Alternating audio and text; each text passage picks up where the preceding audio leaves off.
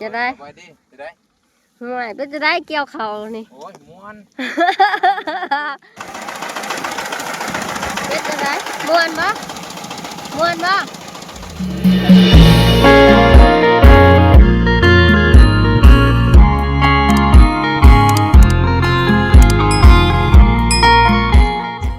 สบายดีพ่อแม่พี่น้องเบิร์ดจุโขจุโคตรเนาะยินดีตอนรับเขาชื่อช่องผู้ระดาสาวลาวคือเก่าเด้อพี่น้องมื้อนี้ก็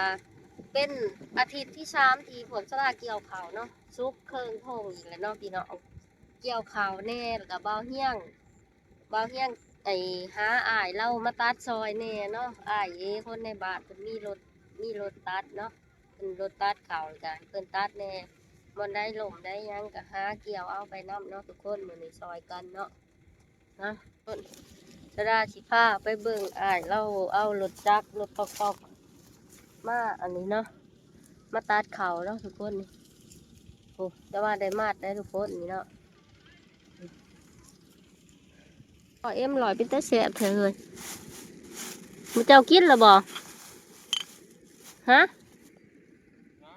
มันเจ้ากินแล้วเอ็มลอยฮะนี่อ้ายเพิ่นมาแต่ผู้ใดทุกคนนี่ทางไกลผู้ใดเพิ่นมาเกี่ยวข้าวซอยสบายดีจะได้ไปดิจะได้ห่วยเป็นจะได้เกี่ยวข้าวนี่ โอ้ยม้วน เสือแขนยาวกับบัวใส่ทุกคนผมกับยาวผมกับบัวตาดอีกได้สมชื่อว่ามาแต่บ้านดงผู้ใดนี่ทุกคนผมกับบัวตาดตัดบ่ได้น้ำมีเบียร์ ย่ำเบียกตัดผมบ่ได้แล้ววะนี่ก็บ่ตอบนี่ตอบคนหากินพี่น้องฝากติดตามกดติดตามช่องเพิ่นในเด้อเลยเป็นน้องเคยโซดาเองเนาะนี่ฝากกดติดตามช่องเพิ่นแน่เลยรอก็มูคือเขามีนี่แมนรถเนาะรถตัดกันเนาะไอ้เพิ่นรถไอเนาะคนในบ้านเลยทุกคนเพิ่นมาตัดนี่เนาะ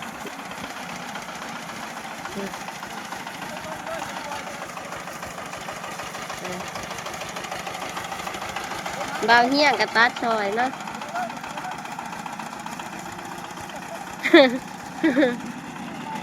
มือใหม่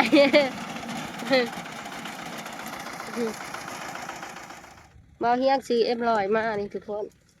สิลองกินเบิ่งเนาะ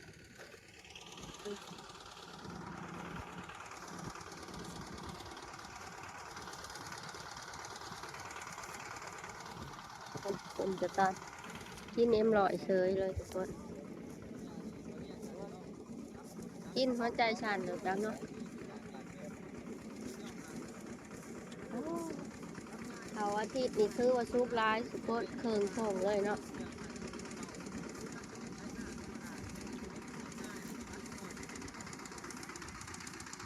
นี่เดี๋ยวรถอ้ายเพิ่นเนาะ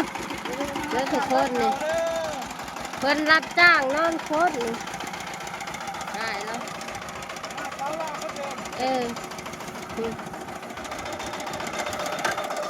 ต่อไป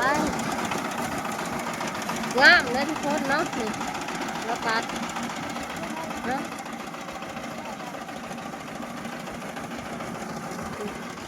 ผลงานโหลดตัดเพิ่นทุกคน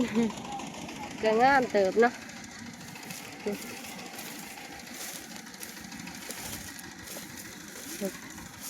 งามพอได้เรื่องอยู่ทุกคนใช่เอาบะเฮียงตัดขาวจ้ะ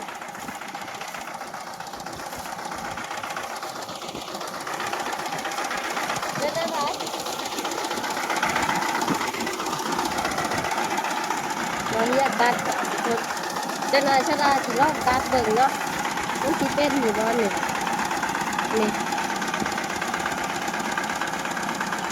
มันจะงามเลยเนาะทุกคนหนูเป็นห้อยเนาะมันออกเป็นเนื้องามทำตัวจักเฮาอีกเนาะจักตัดหนานี่ทุกคนนี่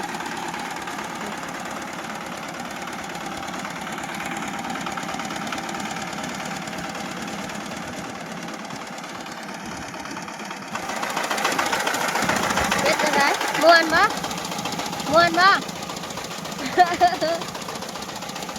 ครับแบบไรวะ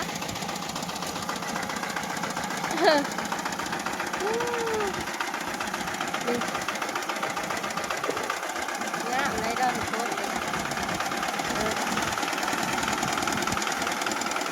โอ้ไปเลยเนาะตัดเลย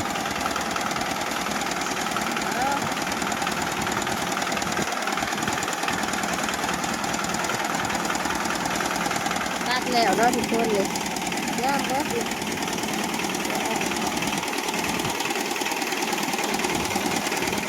นี่ไอ้สร้างเฮาเนาะทุกคนนี่รถเจ้าก็รับจ้างใครจ้างก็ไปแต่ว่าน้อยเนาะนี่เนาะทุกคนจ้างได้เขตบ้านเฮานี่เมืองละครเพลงนี่เนาะ ได้เอาถือกัน ว่าวถือกันแล้วไปได้เนาะอายเฮารถเพิ่นนี่เพิ่นก็มาซอยมื้อนี่เนาะ สบายสบายรถมือให้แล้ว อันติดต่องานเพิ่นก็ติดต่อได้ทุกคนเพิ่นอยู่บ้านพุทธสูงบ้านเดียวกันกับสดาก็แล้วบ่เมื่อเพิ่นน่ะติดต่องานเพิ่นก็ได้นี่บ้านใกล้เคียงเนาะทุกค ก็ น ได้เด้อบอลตามแยกคนสูง สามแยกพุทธสูงมาหาเราโหลดนี่ทุกคนเอ้ยเนาะเพิ่นบ้านเดียวกันเนาะกับสดา ฝากตามเพจก็ได้ตามเพจฮุกเด้อ นี่ ไปเบิ่งบ่อเฮียงก่อน โอเค เอาก็ตัด3เชือกกันแล้ว แล้วเบิดเนาะคักเลยนะ ไปหน้าพญายกาอันบ่อเฮียงที่บ่อเฮียงว่าสิบ่อเฮียงเดี๋ยวก่อน รอพี่น้องนี่ให้รถมันอวยได้เนาะฮะ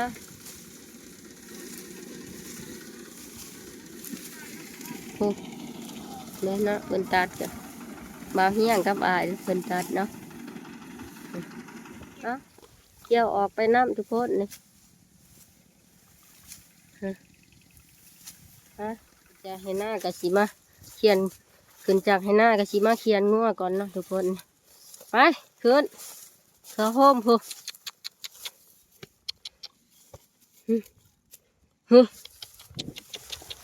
เอามันไปกินน้ำทุกคน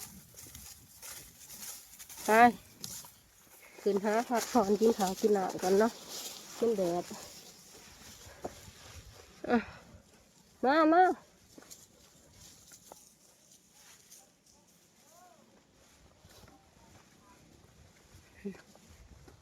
ขึ้นมาจากไหหน้ากับกีตาร์บังฮุงทอดปลาพี่เนาะ